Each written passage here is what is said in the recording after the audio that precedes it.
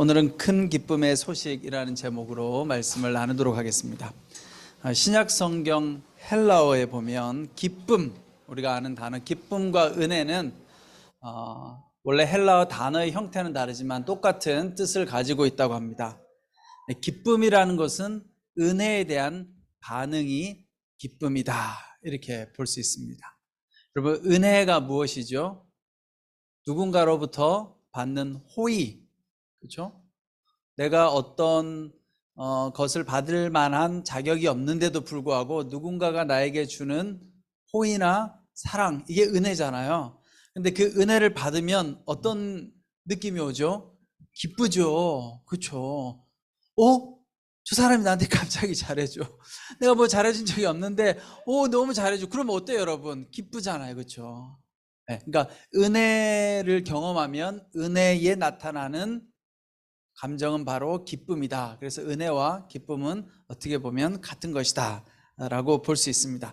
그런데 이 은혜라는 말을 우리말로 번역할 때 이렇게 값없이 공짜로 주어지는 선물, 호의라고 이야기하는데요, 더 정확한 말은 특별하다라는 단어와 어울린다고 해요. 은혜라는 것이 무엇이냐? 어떤 사람을 특별하게 대해주는 것. 특별하지 않은데 이 사람을 특별한 사람처럼 대해주면 여러분들에게 누군가가 특별하게 대해줘요. 그럼 어때요? 기쁘죠, 그렇죠? 훌륭해요, 정말. 네, 이게 바로 은혜요, 기쁨이라는 거예요. 그래서 우리 한마음 공동체는 어떤 공동체가 되어야 되느냐? 여기에 있는 한 분 한 분을 특별하게 대해주는 것. 네, 꼭 이유가 있어서가 아니에요. 그냥 특별하게 대해주면 그 특별함을 당하는 사람은 기쁨을 맛보게 되는 거죠. 우리 예수님께서 바로 오늘 우리를 특별하게 대해주시기 위해서 이 땅 가운데 오셨다라는 것입니다. 짐 와일더 박사는 이런 이야기를 해요. 기쁨이 빈약하면, 우리 안에 기쁨이 없으면, 여러분 기쁨이 없어요 그러면 네 가지의 문제가 발생한다고 합니다. 첫 번째는 하나님 및 사람들과의 관계의 유대가 약해진다. 그럼 기쁨이 없으면 하나님하고 관계도 어때요? 시들시들. 또 내 마음에 기쁨이 없으면 사람들하고 관계도 별로 관심이 없어지고, 그렇죠? 또 두 번째는 기쁨의 관계를 맺고 유지하는 데 필요한 관계 기술이 약화된다. 기쁨이 없으면 사람들하고 관계를 잘 맺는 관계 기술이 떨어져요. 여러분, 관계 기술을 우리가 안 배워도 내 안에 기쁨이 충만하면 어떻게 해요? 사람들하고 잘 지내요. 그냥 관계 기술이 생겨요. 근데 기쁨이 없으면 관계 기술이 떨어진다. 세 번째는 기쁨이 없으면 어떻게 되느냐? 다른 사람들 불신과 의심의 눈으로. 특별히 여기에 있는 우리 조현병을 갖고 있는 분들은 나도 모르게, 그렇죠? 내가 원해서가 아니라 나도 모르게 의심스럽고 나도 모르게 불신의 눈이 생기는데, 이걸 우리가 극복하려면 어떻게 해야 돼요? 기쁨을 맛보면 되는 거예요. 기쁨을. 여러분들이 열심히 치료도 받고 약도 먹지만 또 우리가 뭘 해야 되느냐? 어떻게 하면 내가 기쁘고 즐겁게 살 수 있을까? 그래서 이렇게 의상을 예쁘게 맞춰 입으니까 기쁘잖아요. 보는 것만으로. 오늘 아주 잘하셨습니다. 네. 이렇게 기쁨을 우리가 충전하면 불신 또 의심하는 마음이 줄어든다. 마지막으로 기쁨이 부족하면 불안과 두려움이 강한 동기가 된다. 기쁨이 없으면 어떻게 해요? 불안과 두려움으로 세상을 사는 거예요. 불안과 두려움으로 세상을 살아가니까 내 자존감이 떨어지고 실패하면 어떻게 될까? 나의 약점을 보여주기 싫어지고 이런 모습으로 우리가 바뀐다라고 합니다. 그래서 사람들이 이 기쁨이 결핍되면 어떻게 하느냐? 인위적으로 기쁨을 찾으려고 해요. 기쁨의 대용품을. 그게 뭐겠어요? 음식. 제일 쉬운 거잖아요. 그럼 맛있는 거 먹으면 어때요? 기뻐지죠. 그거라도 해야 돼요. 뭐 어떻게 해요? 기쁠 일이 없으면 맛있는 거라도 먹으러 가야죠. 네. 그 다음에 또 기쁘지 않으면 또 뭐예요? 단 거를 먹어요. 단 거, 초콜릿 이런 거 막 먹잖아요. 기분이 좀 좋아지죠. 또 기쁨이 없으면 좀 심각해지면 어떡해요? 도박도 하고 알코올에 의존도 하고 심지어는 사람에게 의존하기도 하고, 이렇게 우리가 참된 기쁨을 발견하지 못하면 가짜 기쁨을 찾아서 우리가 살아가게 됩니다. 오늘 말씀해 보니까 이 땅 가운데 큰 기쁨의 소식을 전해 주셨죠. 그렇죠? 큰 기쁨의 소식이 무엇입니까? 복음이죠. 복음. 그 복음의 내용은 바로 예수님께서 우리를 구원하기 위해 이 땅 가운데 오셨다. 이것이 큰 기쁨의 소식입니다. 오늘 이 큰 기쁨의 소식, 예수님께서 우리에게 오신 의미를 이 시간 한번 살펴보도록 하겠습니다. 자, 첫 번째, 여러분, 그러면 기쁨의 소식, 예수 그리스도는 누구에게 찾아오는가? 오늘 말씀해 보니까 평범한 사람들에게 찾아온다. 오늘 말씀에 예수님께서 나신 이 기쁜 소식이 8절에 보니까 누구에게 들려졌어요? 8절에 목자, 그렇죠? 목자들에게 기쁜 소식이 들려졌어요. 여러분, 이 목자들은 어떤 사람이에요? 당시에 그냥 평범한 직업이죠. 평범한 직업. 그 당시 사회에서 그렇게 막 인정받거나 존경받지 않는, 그리고 사회적으로 그렇게 지위가 높지 않은 그런 평범한 목자들에게 예수님의 기쁨의 소식이 전해졌습니다. 오늘 저녁에 크리스마스 콘서트를 하거든요. 저녁 7시에. 내일도 크리스마스 콘서트를 해요. 예, 거기에 우리 목사님들이 다 출연을 합니다. 뮤지컬. 저도 출연해요. 예. 근데 박수 칠 건 아니고 저의 역할이 뭐냐면 양이에요. 양.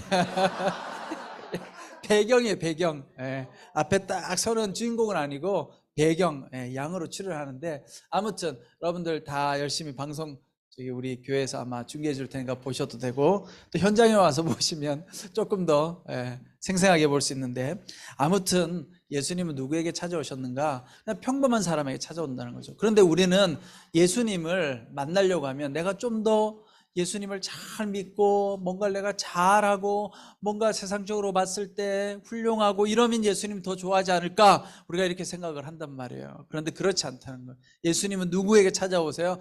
그냥 평범한 사람에게, 목자들에게 제일 먼저 예수님이 오심이 보였던 거죠. 그래서 이 목자들이 경배하러 오잖아요. 물론 이제 마태복음에는 목자가 아니고 제일 처음 누구에게 나타났냐? 누구예요? 동방박사. 여기 좀 높아요, 급이. 박사. 그렇지만 성경에는 박사들에게도 찾아오지만 평범한 목자에게도 찾아온다. 그러면 다시 말해서 예수님은 누구에게 찾아오는가? 평범하지만 예수님을 기다리는 사람에게 찾아온다는 거예요. 우리가 예수님을 간절하게 기다리면 예수님께서 우리의 삶 가운데 오셔서 우리에게 기쁨을 주신다는 것입니다. 여러분, 그러니까 기쁨이 필요하면 주님을 찾으세요. 주님, 내 마음속에는 기쁨이 없습니다. 내 마음속에는 두려움과 불안과 절망과 낙심이 많습니다. 희망이 안 보입니다. 주님, 내 마음 가운데 기쁨을 주십시오. 그렇게 여러분 기도하면 우리가 상상할 수 없는 기쁨이 어떻게 찾아와요? 은혜로. 은혜가 뭐라고 했어요? 예상하지 못했는데 주어지는 선물, 그런 게 오는 거예요. 그럼 은혜가 딱 오면 어떻게 해요? 마음이 기쁨이 생기는 거죠. 그래서 이 기독교는 은혜의 종교라고 하잖아요. 여러분들이 예상치 못했던 어느 날 하나님께서 여러분들에게 은혜를 주셔서 기쁨을 주십니다. 그러니까 우리가 어떻게 해야 돼요, 여러분? 예수님을 구해야 되죠. 그렇죠? 주님, 나에게 찾아와 주십시오. 근데 또 하나는 주님께서 어떤 사람에게 오시느냐? 성실한 사람에게. 비록 이 목자들이 평범했지만 오늘 말씀해 보니까 이 목자들이 어떻게 했어요? 한편 목자들은 바로 그 지역 들판에서 살며 밤에 양떼를 지키고 있었습니다. 목자들이 해야 되는 게 뭐예요? 양을 지키는데 특별히 밤에, 이리 때나 늑대나 야생 아주 맹수들이 와서 양을 물어갈 수 있잖아요. 밤을 새워가지고 양을 지키는 거예요. 자신의 직업에 충실하게 산 사람들. 그러니까 우리가 우리의 삶을 충실하게 열심히 살다 보면 예수님께서 우리의 삶에 찾아오신다는 거예요. 그래서 여러분, 하루하루 그냥 우리에게 주어진 삶을 열심히 살면 예수님이 우리와 함께 하실 줄 믿습니다. 아멘. 네. 자, 두 번째는 오늘 이 큰 기쁨의 좋은 소식은 하나님의 영광이라는 거예요. 하나님. 뭐가 좋은 소식이냐? 하나님의 영광. 그래서 오늘 9절 말씀해 보니까 9절을 한번 읽어볼게요. 주의 천사가 그들 앞에 나타나 주의 영광이 그들을 환하게 둘러 비추니 그들은 너무나 두려웠습니다. 자, 하나님의 영광이 누구에게 비추었어요? 목자들에게. 하나님의 영광이 잘 안 와닿죠, 그렇죠? 뭔 소리야, 하나님의 영광이 뭐지? 영광은 많이 들어보긴 했는데, 근데 목자들에게 비치니까 목자들이 어떤 마음이 들었어요? 두려운 마음이 들었대요. 여러분, 하나님이 우리에게 찾아오시면요, 우리 마음속에 어떤 마음이 드느냐? 하나님에 대한 경외감.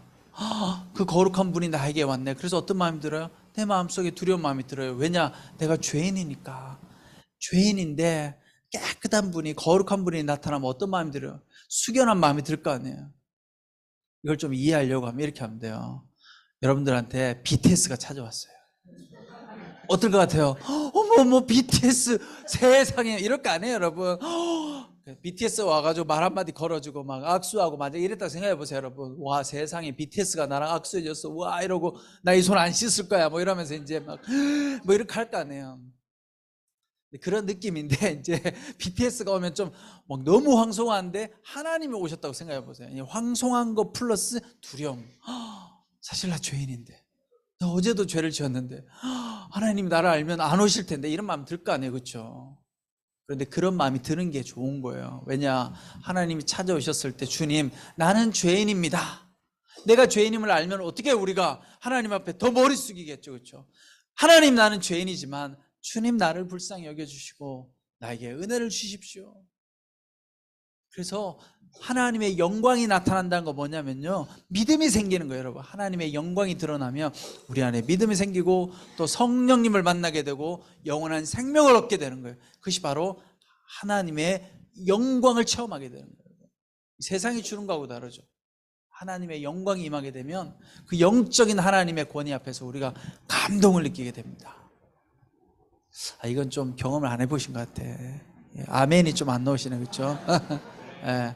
근데 여러분들이 믿음 생활하면서 막 너무 감격이 되고 은혜가 될 때 있죠. 그게 주의 영광이 임한 거예요. 그렇게 생각하시면 돼요. 내가 교회 다니고 믿음 생활하는데 너무 은혜가 되고, 오늘 예배 드리고 말씀을 듣는데 그냥 새벽에 요즘 새벽 기도 하는데 너무 감동이 돼요. 그게 뭐예요? 그게 주의 영광이 임한 거예요. 정말 하나님의 영광이 임하면 우리 마음속에 이런 마음이 있어야 돼요. 그냥 감동만 있는 게 아니라, 주님 내가 죄인입니다, 그럼에도 불구하고 나를 이렇게 사랑해 주시고 오늘 나에게 기쁨을 주시니 감사합니다. 바로 주님의 영광이 찾아온다라는 것입니다. 자, 마지막으로 세 번째, 오늘 큰 기쁨의 소식은 우리에게 구원자가 오셨다는 것을 알려준 것이 바로 큰 기쁨의 소식인 거예요. 오늘 11절 말씀을 보면, 오늘 구주이신 주 그리스도가 다윗의 동네에서 태어나셨다. 가장 기쁨의 큰 소식은 뭐예요? 예수님이 오셨는데 그 예수님이 어떤 일을 하는 분인가? 우리를 구원하기 위해 이 땅 가운데 오셨다는 거예요. 이것이 진짜 기쁨의 소식이라는 거예요. 왜냐하면 여러분, 우리가 세상을 살다 보면, 여러분 세상 사는 게 힘들잖아요, 그렇죠? 안 힘든데요? 너무 행복해요, 이런 분 계세요? 없어요. 힘들어요. 저도 힘들어요. 근데 너무 힘든데 왜 힘드냐? 죄 때문에. 죄라는 게 뭐냐면 하나님과 인간이 분리되어진 거예요. 이게 죄인 거예요. 우리가 하나님하고 이별하게 됐잖아요, 에덴 동산에서. 그 이별의 결과가 뭐예요? 인간은 두려워, 세상 사는 게. 어떻게든 내가 노력하지 않으면 세상 사는 게 힘들어요. 우리가 노동해야 되고 땀 흘려야 되고. 여러분이나 저나 이 세상 살아가는 게 늘 두려워요. 일해야 되잖아. 일해서 먹고 살아야 되는데 내일은 어떻게 될까? 우리의 인생이 다 그 고민이잖아요. 내일은 내가 잘 살 수 있을까? 국민연금이 고갈된다는데 내가 노인이 됐을 때 연금을 받을 수 있을까? 이게 다 걱정인 거예요. 인구가 자꾸 줄어든다는데 누가 날 일해서 먹여 살릴까? 우리 인생이 다 이 고민이죠. 이게 뭐예요? 이게 죄의 결과물인 거예요. 하나님하고 애시당초 함께 살았으면 이런 고민을 안 해도 돼요. 그냥 에덴 동산에서 그러면 알아서 그냥 자연에 그냥 먹을 것도 열리고 하나님께서 다 채워주는데, 우리는 지금 하나님하고 이별하는 바람에 어떻게 해요? 우리가 노력해서 살아야 돼요. 그런데 여기서 또 중요한 건 뭐예요? 인간이 노력하다 보면 다 자기만 잘 먹고 잘 살고 싶으니까 욕심이 충돌하는 거예요. 그래서 갈등하고 미워하고, 그 최종이 뭐예요? 전쟁이잖아요. 전쟁. 지금도 전쟁이 두 군데에서는 이루어지잖아요. 인류의 죄의 결과물의 최고의 악이 뭐예요? 전쟁으로 나타나잖아요. 이거는 여러분과 제가 노력해도 안 돼요. 여러분, 전쟁 종식하는 거 저 돼요? 이스라엘하고 팔레스틴하고 서로 화해가 돼요? 안 돼요. 하나님이 역사하지 않으면 러시아와 우크라이나가 화해하는 거 될까요? 안 돼요. 외부에서 개입을 해야 돼요. 서로 말려줘야 돼요. 야, 그만 서로 싸우세요, 전쟁하세요. 말려줘야지. 사랑도 마찬가지예요, 여러분. 우리가 우리의 힘으로 사랑이 돼요? 안 돼요. 그러니까 내 힘으로 안 되니까 어떻게 하나님의 은혜가 필요한 거죠. 예수께서 바로 이런 죄의 문제를 해결하기 위해 이 땅 가운데 오신 거예요. 오늘 이 세상 가운데는 미움이 판치고 전쟁이 있지만 우리가 예수님 때문에 여기 싹 모인 순간, 이 순간만큼은 어떻게 해요? 예수님 때문에 우리 안에 뭐가 있어요? 사랑이 있어요. 사랑이. 네? 오늘 이렇게 성탄 예배 드렸는데 여러분들이 멱살 잡고 싸우겠어요? 예배 마치고. 그럴 일이 없잖아요. 왜? 예수님 때문에 사랑하는 마음이 우리 안에 있으니까. 예수님만이 우리를 하나 되게 하고 우리에게 사랑을 주신다. 이게 바로 구원인 거예요, 여러분. 다른 게 구원이 아니라 오늘 죄 때문에 세상에서 슬퍼하고 눈물 흘리고 고통 가운데 살아가고, 또 여러분과 제가 가장 힘든 게 질병이 시달리고, 이게 다 죄의 결과물이고, 최종적으로 죄의 결과는 뭐예요? 죽음이잖아요. 근데 예수님께서 오셔서 우리에게 사랑을 주시고 은혜를 주시고 기쁨을 주시고, 죽음 이후에 끝나는 것이 아니라 영원한 생명을 맛보게 해주셨으니 그것이 우리에게 가장 큰 기쁨의 소식이라는 사실입니다. 여러분, 오늘 예수님께서 우리 가운데 오셨습니다. 예수님만이 유일한 우리의 희망이십니다. 예수님만이 우리에게 빛이 되십니다. 그 예수님을 여러분 구하시기 바랍니다. 주님, 내 삶 가운데 오셔서 나의 삶이 빛이 되어주시고 내 삶의 소망이 되어주셔서 내 삶을 인도하여 주시옵소서. 그리고 나에게 기쁨을 주시옵소서. 그렇게 고백하는 여러분 되시기를 축원합니다. 기도하겠습니다. 지금은 우리 주 예수 그리스도의 은혜와 하나님 아버지의 그 크신 사랑과 성령님의 감동 감화 위로 교통하심의 역사가 아기 예수님의 오심을 기뻐하며 예배드리는 우리 모든 한마음 공동체 성도님들 한 분 한 분 머리 위에, 그 가정과 자녀들과 모든 삶의 터전 위에 지금부터 영원토록 함께 하시기를 간절히 축원하옵나이다. 아멘.